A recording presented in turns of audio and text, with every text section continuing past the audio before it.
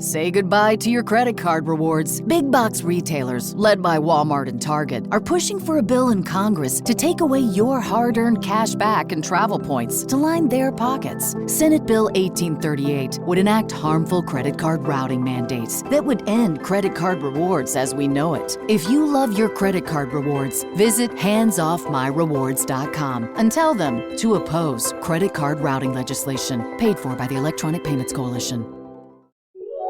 This is a Rogue Media Network podcast. Caroline, you should tell them about the newest thing that Bloody Happy Hour is doing. A Patreon. It's a Patreon. What is that? That means you're basically like a VIP member, and you get some perks. You maybe get like merch a little earlier. You get exclusive merch. You could get first dibs on signing up for a live show. You get episodes with no commercials. You get our video because our video is no longer available on YouTube. It is only on Patreon. And the most important to me is you get videos of our live shows, but also bonus episodes each month. But if you're on a Patreon, you're VIP, you're going to get more. Because I always have a lot of details I want to go to. I can law-splain. I might read a book. This is also going to be the exclusive place that Dirty Chat is going to go to. In order to hear the full content, it's going to be Patreon. Where do they go again? Patreon.com/BloodyHappyHour.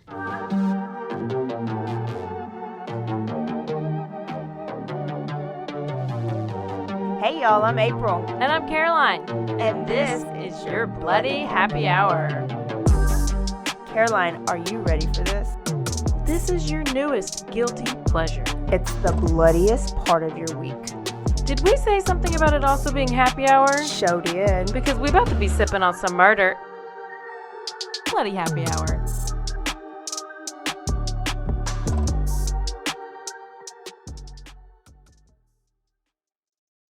Hey y'all, this is April. And this is Caroline. This is your Bloody Happy Hour. This is the real edition. The real edition. We're real thirsty and we're real bougie and fancy. I don't know why, we just are.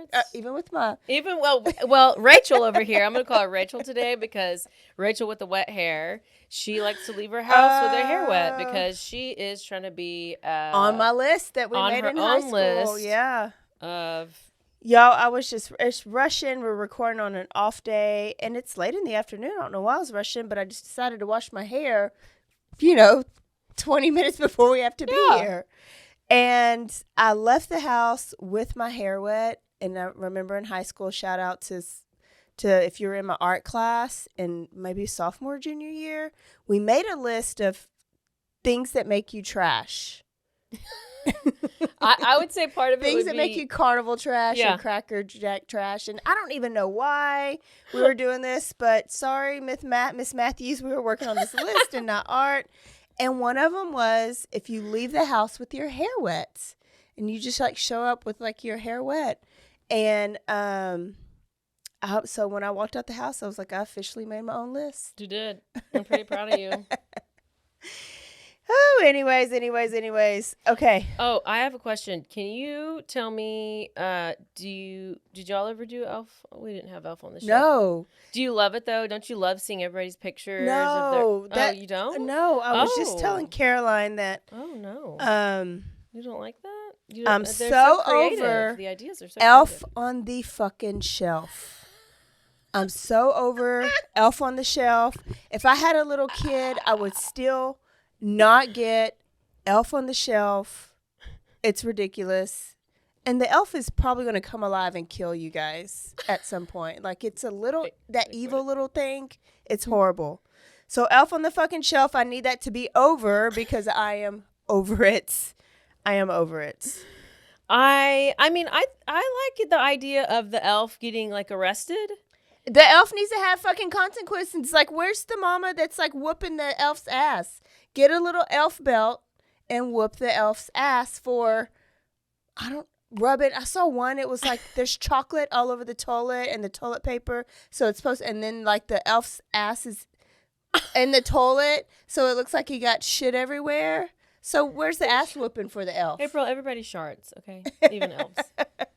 Even elves. Where's the ass whooping for the elf? Well, and I have this friend who, she's white, her husband's black, and then one year it was like they had a white elf. And then the next year she sent a group text to the family like, I think she lost it. She's like, was our elf like white or brown? And then they were like, I don't know. So they had to she had to go buy a new elf, but she couldn't remember what color she bought. So I guess she bought the other color. And it was this whole conversation about the elf that she posted on the Facebook or whatever. See? And I'm like, this is too stressful. It is. It is. And I believe in lying to your kids, but this is extreme. This is extreme. Like, stop it at Santa Claus. Keep that lie going. Wait, what? Keep that lie going. And then if you need me to sing my Santa Claus song to them, I will when you're ready for them to know the truth. But, Oh, wait, what is that song? bitch, we sing it every year. Ain't no Santa, ain't no Claus, ain't nobody but your ma and Paul. That's it? Yes. You do not have any recollection of. Remember, my father-in-law used to sing it when Trent and them were young. Okay, because I was there. But I say it every Christmas You on do. the podcast. Yeah, you do. Yeah, you do. Anyways, that's if you're Elf on the Shelf with your kids, you're a red flag. I'm adding that to the red add flag it to the list. Yes. Can we say what's the list? I think the only red flag, Cat. the only Elf on the Shelf that may be Utah. okay is the Snoop Dogg one. There is a Snoop Dogg version. Oh, that's different then. That's a different game. Yeah. It's like, where's the weed? I don't know. Nurses. Elf on the Shelf. Elf on the Shelf. Private homeschool. That is the biggest red flag. I mean, now, yeah. So if you homeschool your kids and you do Elf on the Shelf, What if you're a nurse kids- who lives in Utah with a cat and has Elf on the Shelf for their kids? and your kids homeschooled? And they're homeschooling. We're going to be talking about you on a quickie real soon. Speaking of last tangent, have you seen that HBO documentary, Love Has Won? Is that what it's called? No. It's a cult about this lady who thinks she's Mother God, and they have her taking this collided silver. What's Mother God? She is Mother God. She made that up. Yes, and she basically was taking this collided silver, which is something that's just, I don't even know what the hell it does, but she was saying she was going to die, and so she's taking the silver, but when she does die, Robin Williams is going to come back as, like, he's going to come back. He's going to rise again. Oh. And so then this bitch turns blue in For the taking show. this silver? Yes, or she turned it silver, but she looks wasn't great. That Willy Wonka's chocolate factory and eating the blueberry? Yes, she ate the blueberry. Love Has Won. Is that what I said it was called? Because that's what it's called. Yes. And she was known as Mother God in this cult. And I have not watched it, but I'm watching it tonight. I'm going to watch that. And what I saw last night on Hulu is called Devil's Knot. And it's Reese Witherspoon is the mom of the West Memphis 3 little boys. So it's a story of the West Memphis Was that 3. a book or something? The Devil's Knot? I mean, I'm sure it probably That was. sounds familiar. But I don't know all the story. I just know that there's a question of the people that they arrested for it, the kids. Yeah. That probably didn't do it. But I don't think they did do it. I thought it was like a stepdad of one of the girls. Or of one of the boys. Boys. Yeah, They're boys. boys, Yeah, yeah. yeah. Okay. Is there anything else they should watch? There's going to be a long break here. Yeah, Love Has Twin Won. Fire. Is it Twin Flame? Oh, Twin Flames. I got to watch that too. Okay. So we might have to do some cults episodes. or Yeah, something. yeah. We do need some People cult loved our episodes. cult episodes. But now we're going to Arizona where one of the cult ladies lives now. That's her new home and prison there. It's Lori Vallow. But I'm assuming that's not where we're going today. We are going to Arizona, but it's not a cult. And again, Swoopy sends me these random stories that he gets on Twitter, and he sent me this story. I was going to do Cameron Todd Willingham because that name came up in my Ed Graff story. Yeah. Remember, there was two dads that were in jail for burning up their kids. Well, Cameron Todd Willingham is the one that got put to death, but it came out thinking that he probably really didn't do it. So I wanted to do that one, but I just didn't want to burn up any kids yet. Like it was just too close. So I will do it before we forget about Ed Graff, but I had to move to another story. And this one is sad, but it's not burning up kids. Okay. It's a little different. Yeah. So let's go to Arizona, and this is 2005, so kind of recent. And I don't even want to tell you what kind of story it is. I want you to see if you can make some connections and see if you're in the FBI after this episode. Woo! So let's talk. This is May 17, 2005 in Arizona. 39-year-old Tony Mendez hopped on his bike because he went to go help a family that he knows had got their electricity shut off, and it's in Arizona in the summer, and so it's really, really hot. And Tony didn't have like money to like really help them monetarily, but he was like, I have all this extra bottled water and I have some candles and they have kids. I don't want these kids sitting in the dark. Mm-hmm. So he hopped on his bike and his backpack and he told his roommate, Ricky, he was like, roommate, BRB, I'm going to go help out this family. I'll be back. So he's going to do this great deed. And roommate Ricky's just outside, and another neighbor comes up. This is like a little bit, maybe about 30 minutes, an hour later. Another friend comes up and says, hey, I was just coming to check on you because I just heard that somebody on a bike got shot. And I know you and Tony ride your bike a lot. Where's Tony? And Ricky was like, he left to go help this family. So Ricky got on his bike, rode down the way Tony was supposed to go, and he saw cops, and he saw a dead body, and he recognized the bike, and it was his roommate, Tony. So Tony had got shot in the back, and it pierced straight through his heart, and he died immediately. And the police determined it was a .22 caliber shotgun rifle. God. Bullet, shell, whatever. And that's usually used for like hunting small game. So maybe like dove or sounds right. Hogs. I don't know what small game is. Foxes? Ducks, maybe. And now a word from our sponsors.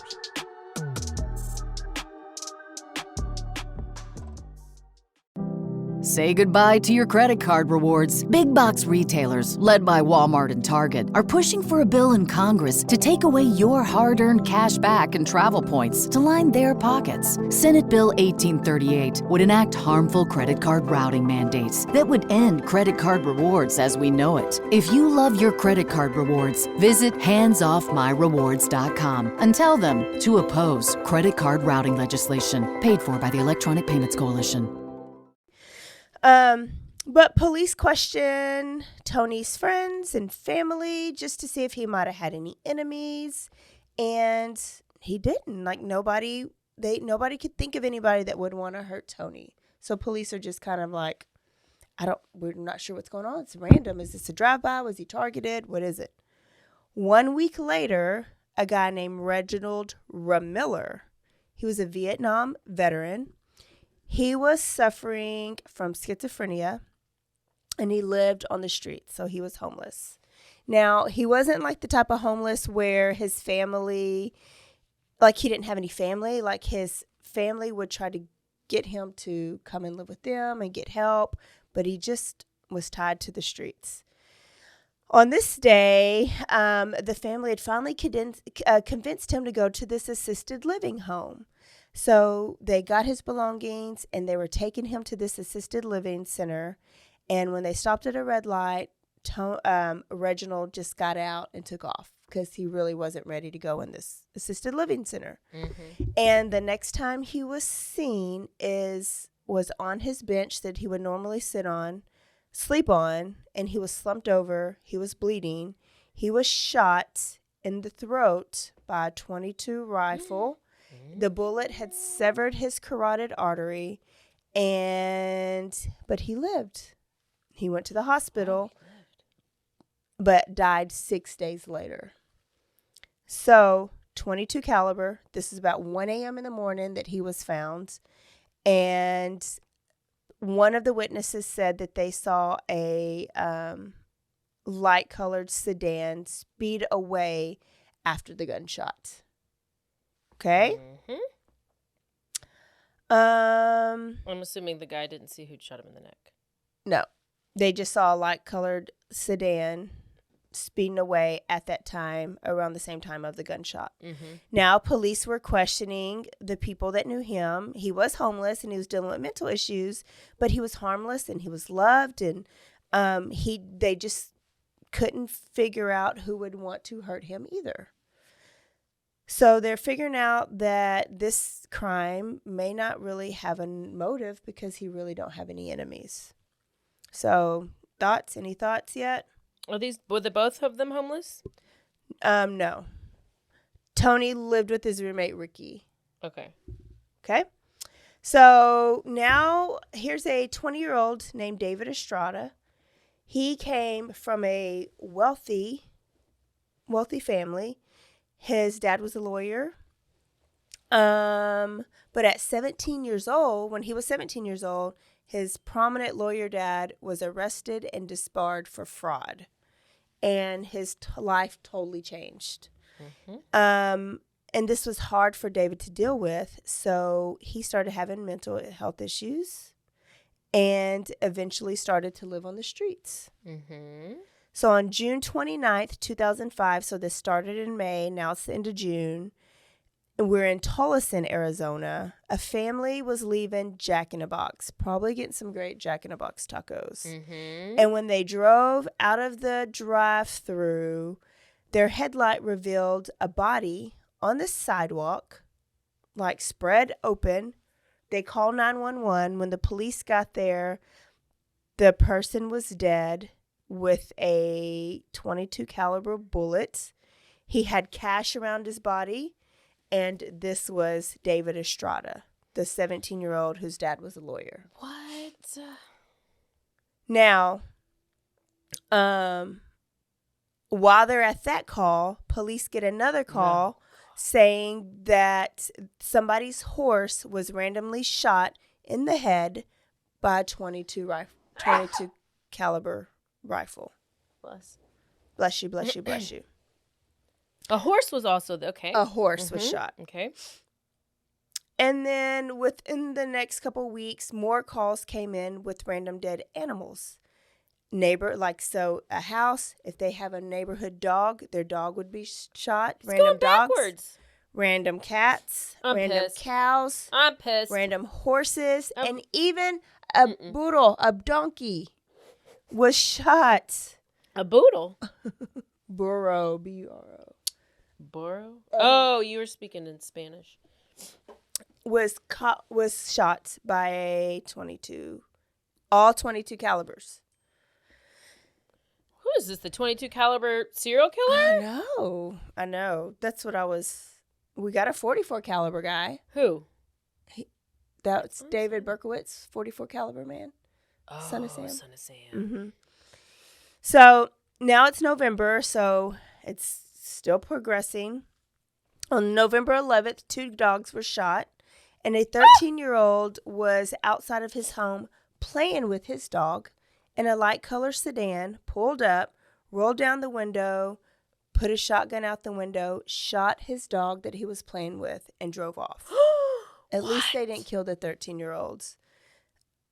15 minutes later, a guy named Nathaniel Schaffner was in the front yard, and he was having some beers on his front porch, living the life, when a light-colored sedan pulled up with a shotgun. Oh, no. And the shotgun was hanging out the window.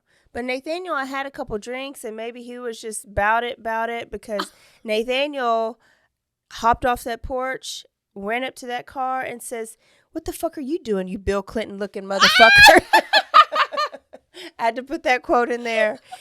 The shooter in the car argued with him, tried to shoot him, but the gun jammed up. Why Nathaniel didn't take off running at this time, he didn't, because he continued to talk shit. Oh. And there was a second guy in the car that was arguing with the shooter. One of them wanted to leave. One of them wanted to stay and finish the job. Ultimately, Nathaniel was shot. and he was just dead, like lying there in the ditch kind of in front of his house. Nathaniel was a little too DTF. I think so. 1 hour later, a cop just got off shift, and he lived near Nathaniel, and on his way home, he saw Nathaniel lying in a ditch. Oh, my gosh. Now, this cop was not DTF enough because he just rolled down the window, looked at him in the ditch, and said, oh, he's drunk and passed out. And he just called it in, and he went home. He was like, I'm off. This isn't my business. Let me go home. So when the police showed up, they looked at him and said, oh, yeah, he's drunk. We smelled the beer. So they didn't even touch him. They didn't try to wake him up. They just called the EMT. When the EMT finally got there, they rolled him over, and, oh, there's blood all in his chest and a bullet wound. And they had realized they smelled beer because the bullet had also went through his beer, yeah. So he must have just had his beer like right here, holding it close to him, and when he was shot, it went through his beer can through his chest. But I guess it didn't come out on the other side because the cops didn't see any blood on the back. Yeah. He was rushed to the hospital, and he died the next day. And I would just be so pissed because he could have gotten help an hour and a half earlier if the first cop gave a little bit more shit. Mm-hmm.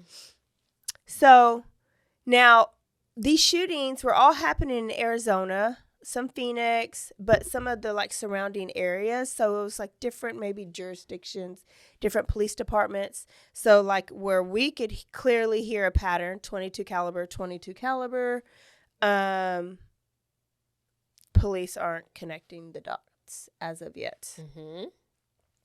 So now it's December 29th. And it's about 7 p.m. And a female student was leaving her college class. And she walked to her car, and her car was full of bullet holes. It looked like somebody had just used it for target practice. But what was crazier, the student had just gotten to Arizona because she had fled an abusive relationship, and she was in the witness protection program. Oh, shit. So she was she's thinking, like, oh, hell. He done found me. My ex-husband found me. So she panicked because she thought it was her ex. She called the police. Police relocated her immediately, and she had to get a whole new life, whole new identity somewhere else. They'll later find out that it was not her ex at all. It was a serial killer. That same night on December 29th, a chiropractor was locking up his clinic, and his windows were shot out. He saw a light-colored sedan. He wasn't shot, so he was able to give police a description of the car. And later that same day, so December 29th, they were just really trying to end the year strong. Little Timmy was walking home from work, and he just felt pain in his back, and he thought maybe he had a cramp, and then he thought maybe he was having like a heart attack.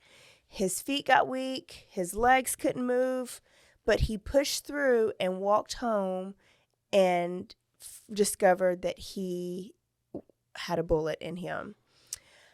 But he survived because wherever he walked to, they called 911. He went to the hospital. Wow, it's so weird, the body, how it works. Yes. How he's shot and it just doesn't even know it and is walking around, even though. And 2 more bodies were found that night. Jose Ortiz and Marco Carrillo. They were both homeless and transients, but no one came to claim their bodies. So finally, the police are thinking, could we have a serial killer? These shootings have to be related. Mm-hmm. You know, they're all 22 caliber pistol or shotguns. They have to be related. Yeah. So maybe now they're going to start talking to these other police departments. So it's midnight on December 30th. A sex worker gets shot when she approaches the car. She was not able to give much of a description because she lives. Oh. They shot at 5 dogs this night, killing 2 of them. And like these aren't just like stray dogs on the street. They're going through neighborhoods, and if there's a dog in your backyard or in your front yard, they are just shooting them. Oh my gosh. Yes. So now the police are talking. They're testing the bullets. They're connecting the dots. And they realize that this has gone on for so long because most of these victims were not top priority victims. They are the transients and the homeless. Mm-hmm. Some people didn't claim their bodies, but some you just kind of don't really pay attention to when it's on the news. But they were like, it's not too late. We're going to hold a press conference and we're going to warn everybody to beware. So they get on this press conference and we have an active serial killer. They were deemed the Phoenix serial shooter. The Phoenix serial shootings. And they want everybody to beware. Don't be outside unless you have to. Be aware of your surroundings. And so there was a hiatus where there was no killing for months. Oh. In April of 2006, America's Most Wanted aired. Ooh. And so now it's really out there. And that next month, after a 5-month hiatus, a 17-year-old was shot when he left to get his mom some milk from the corner store. He heard a gunshot. He saw blood on himself. It's like they don't always immediately know that they got shot because it happens so quick. Yeah. He looked down, saw blood on his body, and he was able to stagger to a nearby hotel. They called the police and the ambulance, and he ended up living. Wow. 2 miles later, a 19-year-old. How many people? I know. She was on her way home from work, and she usually takes the bus, but she missed it. She had to walk home, and she was shot and killed.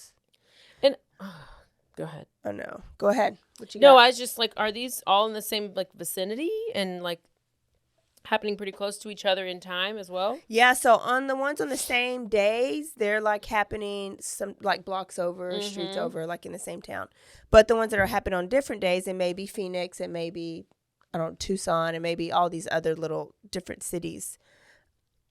But it would still be like Central Texas. Right. Yeah. You know, like Robinson, close enough. Woodway, yeah. McGregor, Or like whatever. Temple and Waco. Oh, and, you know what I mean? yeah, Like yeah. somewhere closer. I mean, somewhere that's further away but still close. I would think that would be able to be linked. Yeah. The 1 year anniversary it's May 17th, so they've been doing this for a year. And they switched it up a little bit. Timothy Davenport was walking when a car passed him. And then it turned around really quick, and it came up to him, and it rolled down the window. The car rolled down the window and said, "Are you okay?" And Timothy was just confused. And then somebody came behind him and stabbed him a whole bunch of times in the back, in the torso, and in the face. Ow. This person, and then somebody in the car was yelling, "Stab him some more, stab him some more, stab him some more." Timothy was able to run. It's like that adrenaline, fight or flight. Yeah.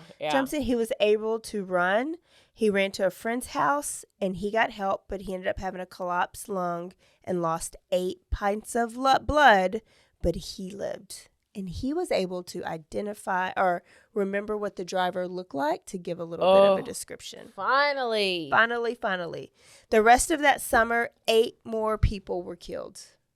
How many total is this? 27? We have 12 dead, 18 wounded, 10 animals dead, and a lot more animals injured. I can't even do that math. That's too many. It's just too many. Lot. It's just too many. And the police put out a $100,000 reward for this shooter. And about this time, there's a break in the case, finally. So a guy named Ron Horton was drinking at a bar with his friend named Samuel. Mm-hmm. Now, Samuel got drunk and began to have diarrhea at the mouth. And he was crying. And he was crying because he felt guilty because him and a friend had killed all these people. Oh my gosh. And he felt so bad about it. What? And Ron was at first like, he's drunk. I don't know if I believe him. But I think like the next day, somebody else was killed, and that made Ron go to the police because he saw that $100,000 reward. He was about his money. So he told the police, And the police were like, okay, we need you part of our team. We need you to work with us. Mm-hmm. We want you to call Samuel and arrange another to go hang out at the bar again for some drinks. Police were going to stake out in the parking lot an unmarked car, and they were in the parking lot. Ron was inside, and a light blue Toyota Camry pulled up.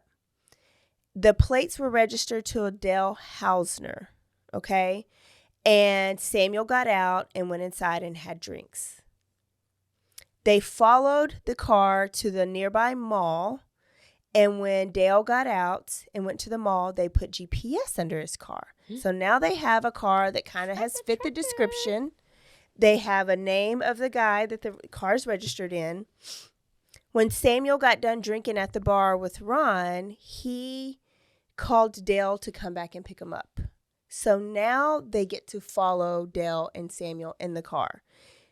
They have like 9 unmarked cars around the area. So like one will follow him for a little bit, they'll turn off, and then another one will pick him up. So I feel like they're being really smart about it. One will follow him for a little bit, they'll turn off, and they'll pick him up. At one point, they did not go home. They were just driving around the city, and they saw him go into the trunk and get a gun bag out of the trunk. So they were just, stomach was sick, and they were worried that they're about to just randomly shoot somebody. Yeah. The other cars that weren't following them, if they saw people out, they would get out. They would tell them to go in, take cover, do not leave, because the shooter may be active real soon. So they were trying to save as many people as they can. Mm-hmm. Now, Dale and Samuel did not end up shooting anybody. They just ended up going home. Oh. And so the police got a okay for some emergency wiretaps. Still DTF. So they went to the apartment next door to where Dale and them were, and they wiretapped it. So I guess that's where you are close enough and you can hear all the conversations that's going on in the next room without having anything bugged in that room. Oh, yeah, I guess. They put stuff on the walls. Yeah, maybe like through the walls and through the vents. So they were listening, and the conversation was pretty gross. Pretty gross. I mean, it was just like they were so excited about being serial killers. They were watching the news, and they were excited about all the killings that they have done. Oh, my gosh. They laughed. They would reminisce about some of the victims that they shot and would laugh at the victims' faces right before they were shot, and bragging about when they ambush them from the back, like when they're turned around, they shoot them from the back, how they just fall down dramatically because they don't know what's coming. What? They also hear TV going on in the background, and the Jungle Book was playing, the movie Jungle Book, because Dale has a daughter there. And they even hear him put his daughter to bed, and his daughter said, "Daddy, don't kill anybody today, please." What? And Dale says, "Well, okay, because you asked." Well, they will not get a chance to kill anybody because they were arrested that night. Samuel had to go throw out the trash at the dumpster. SWAT surrounded him. Samuel surrendered without a fight and then gave them the key to the apartment where Dale was. Police snuck in and arrested Dale. So now we have both alleged killers in custody. Mm-hmm. And Samuel is talking because he's the one that kind of felt guilty maybe. And so he's diarrhea at the mouth. But let's learn who these people are real quick. Dale was born in Nebraska in 1963, and he had a troubled childhood and a horrible tragedy as an adult. He was married and used to live in Texas. And in 1974, his wife and his kids were driving home. His wife was driving, and she fell asleep at the wheel and drove their car into a river. This is Dale and his wife when they lived in Texas. Dale managed to get out, but he immediately dove back in, trying to get his 2 boys that were strapped in their car seat out of the back seat. He tried repeatedly, and he couldn't get him out. And so he was unable to. The car sank further and further, and the little boys ultimately died. He got out, and the wife got out, okay, of this car.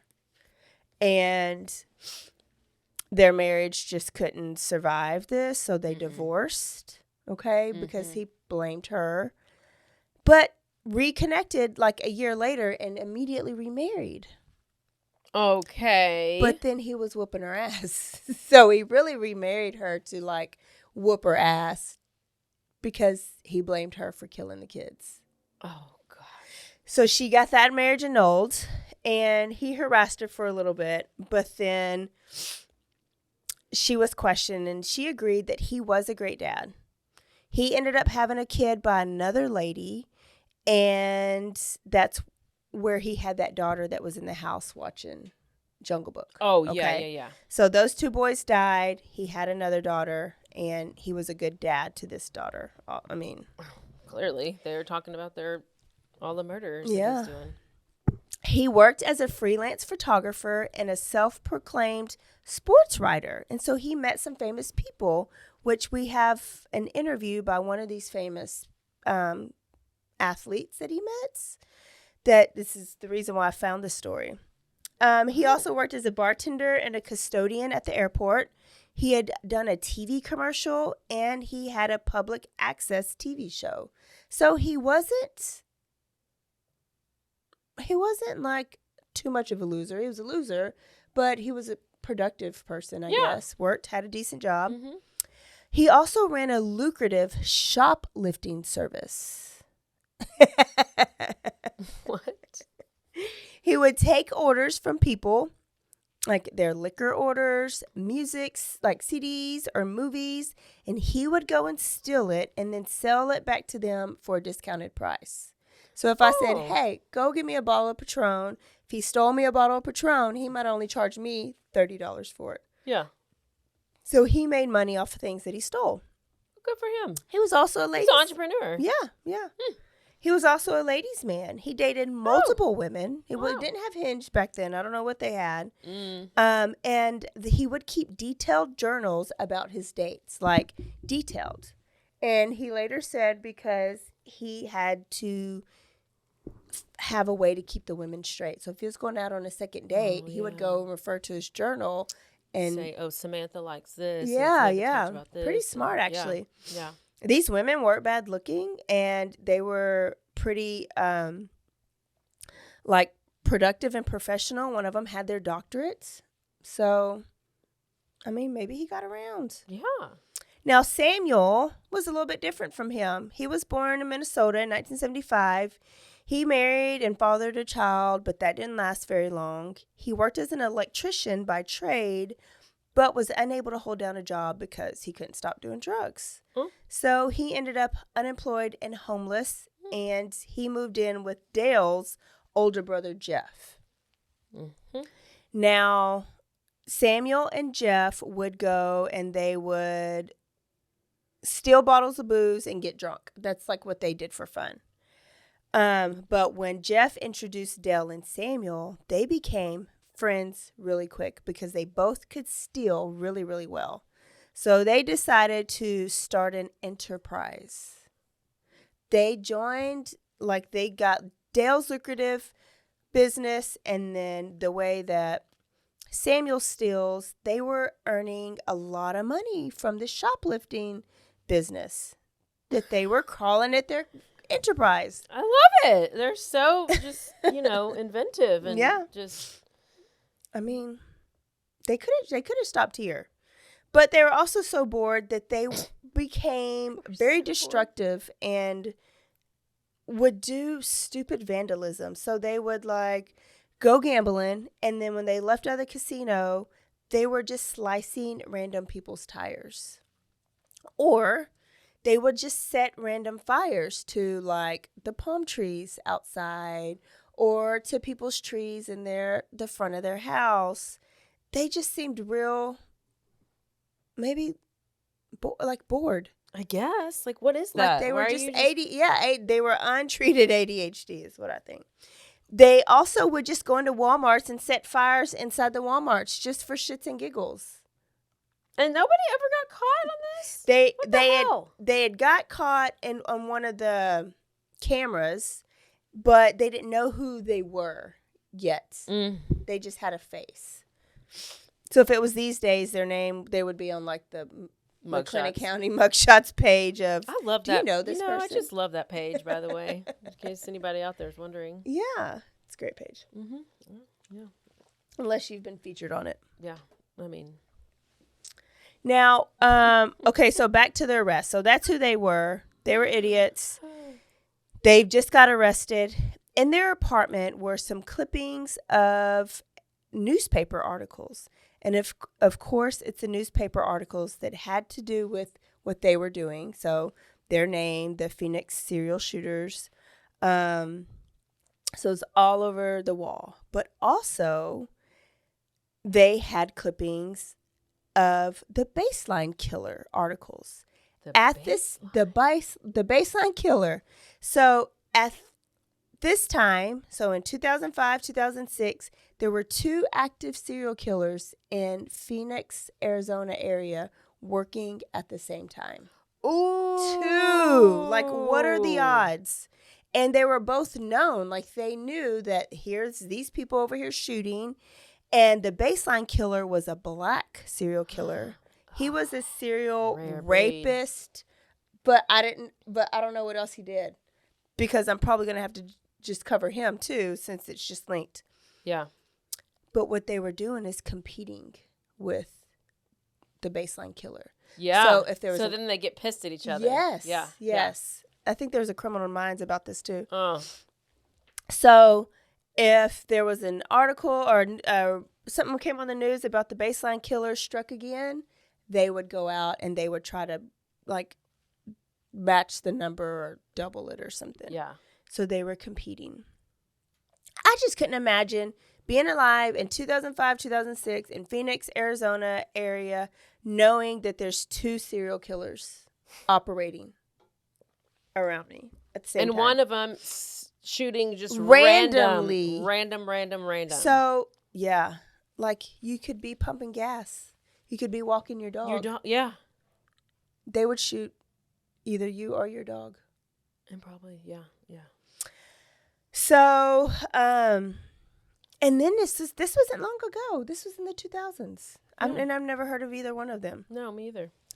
So, Samuel's telling it all, right, at the police department. And he said that the brothers were doing the shooting together. But they decided to stop. And then that's when Dale started bringing Samuel along. And Samuel confessed to shooting 2 people total. He shot the sex worker and he shot another guy. He even said that Dale would park sometimes and get out and go watch the person die if there was nobody around. So he would make them get out and they would offer their services like, oh my goodness, do you need help? Do you need help? But not do anything and just watch them die. That's pretty horrible. Wow. They're both in jail, and Dale attempts suicide by hoarding over-the-counter meds that were given to him. So he hoards them, and he takes them all at once, but he doesn't die. He just attempts suicide. Oh, my gosh. So in April 2008, Sam pled guilty to the 2 murders that he took part in, and because he said after that, he would deliberately miss. So he would shoot, but deliberately miss or aim for the animal, because he didn't want to kill any more people. This was Samuel's story. So he was working with the police so that they can get the others. He had to stand trial and he had to testify against Dale to avoid the death penalty. In May, they connected Dale's brother Jeff as a conspirator. So Samuel said Jeff did most of the shootings. But the only thing that they can link him to was the stabbings. Remember the boy that they stabbed? And then they did another victim like that. There were 2 stabbing victims. And they just didn't have enough evidence to prove Jeff to any of the shootings. September 2008, Dale was on trial, and he had 8 counts of attempted murder, 25 counts of drive-by shootings, 27 aggravated assaults, 18 counts of first-degree murder, 9 counts of cruelty to animals, 3 firearm charges, 2 conspiracy charges, and 1 arson charge. That's it? Yeah. The trial lasted 7 months. Oh my gosh. Yes. What? Because you have to do every single one of those counts. That poor freaking jury. Like, can you imagine being on jury actually, for 7 months? yes, I can, because in the Young Thug trial, YSL, and it's this big RICO case, it took them 11 months to pick the jury. And that's a whole nother deep dive, because they had one of the bailiffs or whatever went to jail, or one of the defense attorneys went to jail, and somebody else had to write a paper for acting up, and then somebody else was handing Percocet to somebody, and they had to go to jail. Wow. That's and ridiculous. then now that it's finally started, it's a shit show, because it's like 10 different defendants or whatever, and so there's the opening statement from the prosecution, which is the state. Then they have the opening statement from defense, from Young Thug, and then from Gunna, and then not Gunna, different, all the different people. And so each case they're all being tried together in this room, and it's just chaos. Wow. And the prosecutors are shady, and they're like, That's too much. oh, it is. They actually had to put it on pause for last week. They put it on pause until January, because one of the defendants was stabbed in prison. Oh, shit. Well. I know the name. I know Young Thug. I've heard of Gunna. I'm pretty sure that Trenton listened to all the music, but Young they're Thug more was recent. in a lot of, he's in a lot of popular songs with Yeah. just with Drake, Rihanna, and he has a bunch of songs that you Wow. would recognize, but yeah. Wow. Okay. So trial lasted 7 months. He was found guilty, but not of everything, because it was just hard to prove every single one of them. And he was eligible for the death penalty. His defense didn't let him testify, but he did address the jury. And when he addressed the jury, he compared himself to Manson. And he says, when you think of Manson or some of these other, popular serial killers, you'll think of Hausner. But it's like, no, nobody knows who you are. I accidentally found you because you're connected to a professional athlete. In a second, we're about to hear this. So, never heard of Hausner. Never heard of the Phoenix serial shooters. Nope. But Zero. you know why? It's uninteresting. You just shoot. You just Random. There's no MO. There's no. Your pattern is the same gun, but that's stupid. But it's just uninteresting. Yeah. So that's why nobody knows who you are. So that was his testimony. He obviously was given the death penalty. Jeff Hausner, so his older brother, got 11 years for one of the stabbings, 18 years for the other stabbings, and he was already in jail for 7 years for stabbing that he did. So he was just Stabby McStabberston. Stabby McStabberson. July 2009, Samuel was finally sentenced because he had to go through the trials of all of them because he had to testify. He was the narc. He was sentenced to life without the possibility of parole, which to me, I feel like to Samuel, he was homeless. He was on drugs.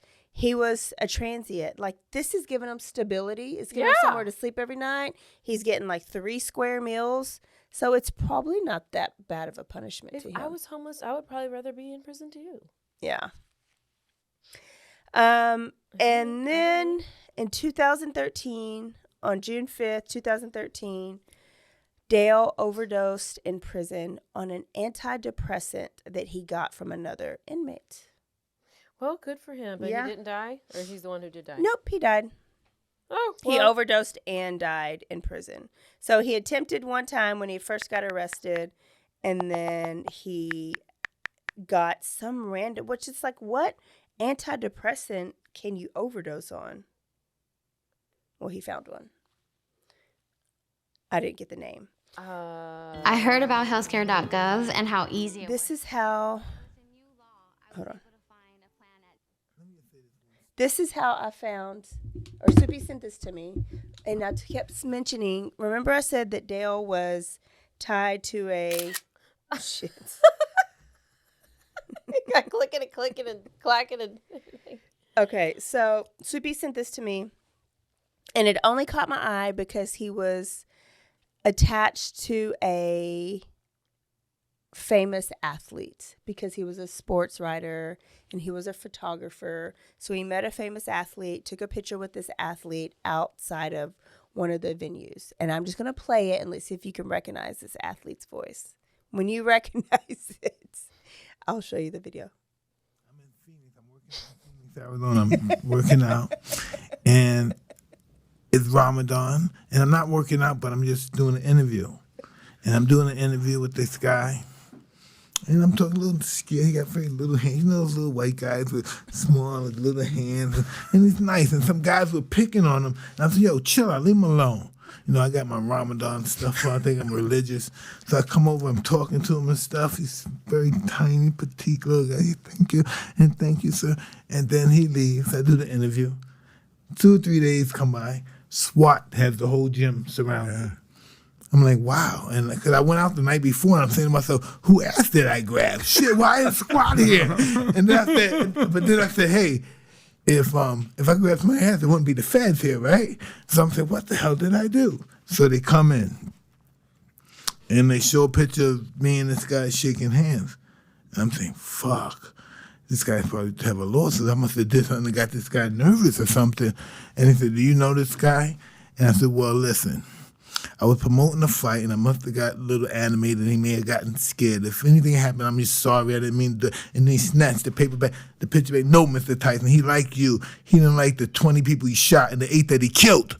Ooh. What? Wow, he was the baseline shooter. He was a serial killer. He was a boxing writer, too. The skinny little white guy that you were... Mike Tyson and serial killer. Check that out. No, really. The skinny little white guy you were describing? Yeah. Patrick Bet David? That's that show he's on? David Hausner? Hausner, yeah, check him out. That little fucker, right? Look at his hands. Look at it. No, I'm serious, man. Y'all laughing. Look at his hands. He's a little small. Look, he looks like... Yeah. In the interview, so, Mr. Tyson, oh, my God, I'm such a fan. I'm like, fucking, looking, it's okay, brother. Don't worry, nobody's going to fuck with you. Because they were fucking with him outside. You know what I mean? I said, don't worry about it. I got you. And I thought something happened, you know.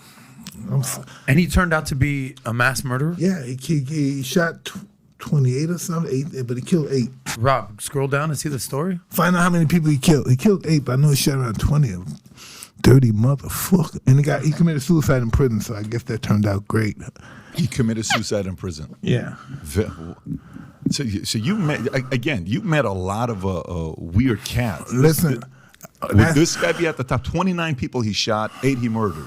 What? Yeah. Listen, this is my life. Listen, I must draw these kind of people because I'm in Australia, right? And I'm taking pictures with people, right? And one side of me, after they get the picture, I got the Aryan guy right here, the big beard.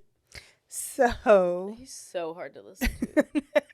God. And then he had it all mixed up. It's okay. He's probably got brain damage. Yeah. He said the baseline shooter, but that's 2 different serial killers. There's the baseline serial killer, and then there's this Phoenix serial shooter. So stay tuned for the baseline later. Was that recent, that show? That podcast? I don't know. Oh, okay. Maybe. Let me see. I just know the guy I know the show, Patrick Bet David. 7 months ago. Oh, okay. So more recent than that. So there is the famous serial killer that you never heard of. That you never heard of. Too that bad compared for him. herself to Manson. How about that lady who got out that was one of Manson's followers and she killed these people and she just gets to get out after 56 years or whatever? I guess so. Wow. I guess so. Could you imagine, what do you do? You're like, everything's changed. 50 years? Oh, yeah. Mm-mm. Yeah. I'd be like, just put me back. Just put me back in there. I mean, you live there. That's the norm for you. I don't know. I know. So did you feel sorry for Dale? Okay. Dale's the one that's kids drowned in the car. Mm-hmm. Right? Mm-hmm. And then after that, like, his whole life changed. But you would think that would make him have sympathy, I guess, and not hate everybody in the world. I mean, to where you just go and just randomly shoot people. And are we sure he didn't really try to get them out of the car? Well, his wife and people, from what I read, his wife and people like testified to, I mean, were the witness to him attempting and trying. But it was just too late. I mean, you got 30 seconds. These are babies. I mean, Toddlers. she fell asleep driving. She fell asleep at the wheel and drove into went off the road and went to a river. I guess it was real fast that it happened. He couldn't pull the wheel and make her. I don't know. I mean, that part, I thought it was going to be something with that. Like, it was seeming kind of shady and just like a Susan Smith situation here. Like, I don't know. Well, it seemed just like he was maybe a normal. I mean, his childhood wasn't great. And he had a lot of undiagnosed things. So that was probably just his excuse to push him over the edge. He was probably going to do something stupid anyways. Yeah, probably. But I did feel sorry for him because I think if there's anything to push you over the edge, it's watching maybe your two toddlers die in the back seat. But then why are you going killing random dogs? That's really what I'm concerned about is the dogs. Yeah, and then why did you and the cow? Do human? What does the cow got to do with it? No, horses and a donkey horse and donkeys. So why did you start off with humans, go to animals, and then go back to humans? Like, you're right, it was backwards. They were just bored. This is why nobody wants to talk about you because you're stupid and you're annoying. And it doesn't make sense. Like, at least have some kind of consistency. You have no consistency. We don't want to talk about you. Yeah. It's like it's target practice. Like, it was just fun. Yeah. You could do that with like a can instead of a dog. Just shoot a can. Gosh. I mean, the cat, I'm not mad about the cat, but everything else. Everything else I'm mad about. Damn it. He's probably from Utah, so. Yeah. Yes. I forgot where his city is from. Wisconsin? No. I'm going to go with Utah. forgot.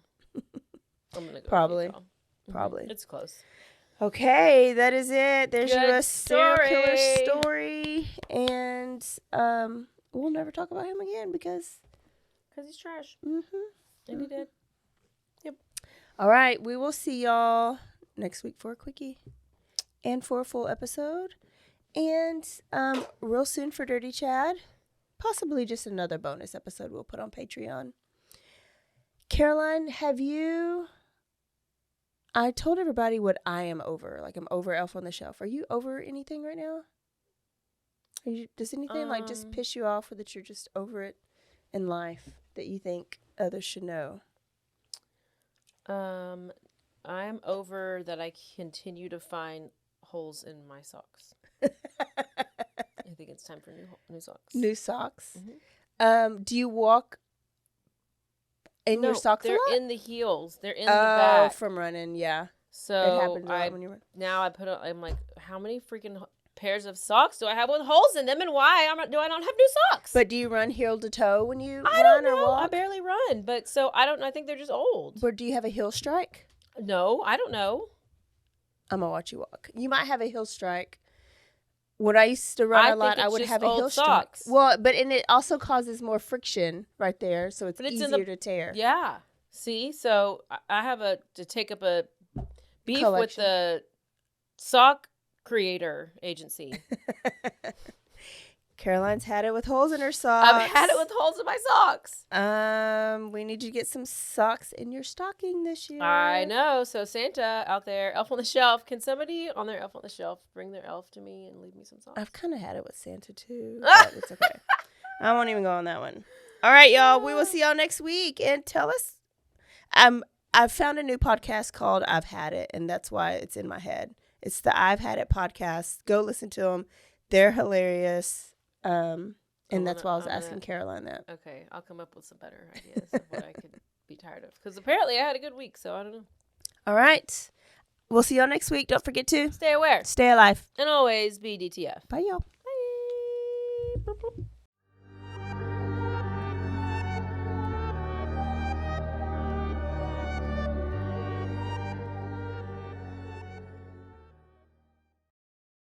Hey, I'm Blair. And I'm Brittany. And we're the host of By the Cover Podcast. We cover everything from mysteries, thrillers, romance, chick lit, and even some smut. Don't forget the smut. Yeah. We're so excited to get this thing going and share this with you guys. We've been talking about this for months, and it's finally happening. Yes. Special shout out to Rogue Media for helping us with this. For sure. For sure. You can find us on Instagram at bythecover_podcast. You can also find us on Facebook and TikTok, so don't forget to give us a follow on those two also. And we are so excited to dive into some of our favorite books and share those with you. We can't wait. Hope you love it.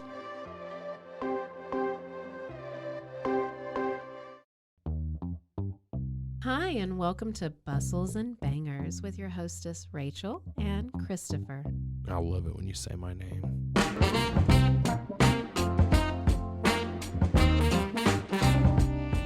And you didn't say hi. I didn't. You just kept going. I'm going to introduce the book. I'm not reading it. It's because I don't like reading. girls like cowboy butts, and those jeans don't hide anything. Find us on Instagram at Bustles and Bangers or on RogueMediaNetwork.com. Hey, I'm Katie. And I'm Summer. And this is Monsters in the Attic. So we thought we'd bring people on. Yeah. It's very real, and we're fortunate to have a lot of friends who have a lot of monsters, and we can't wait to share them with you. I love that we're so fortunate that we have so many friends with so many monsters. Where can people find us?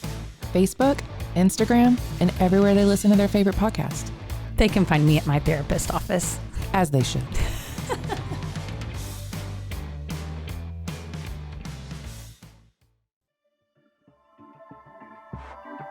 This has been a Rogue Media Network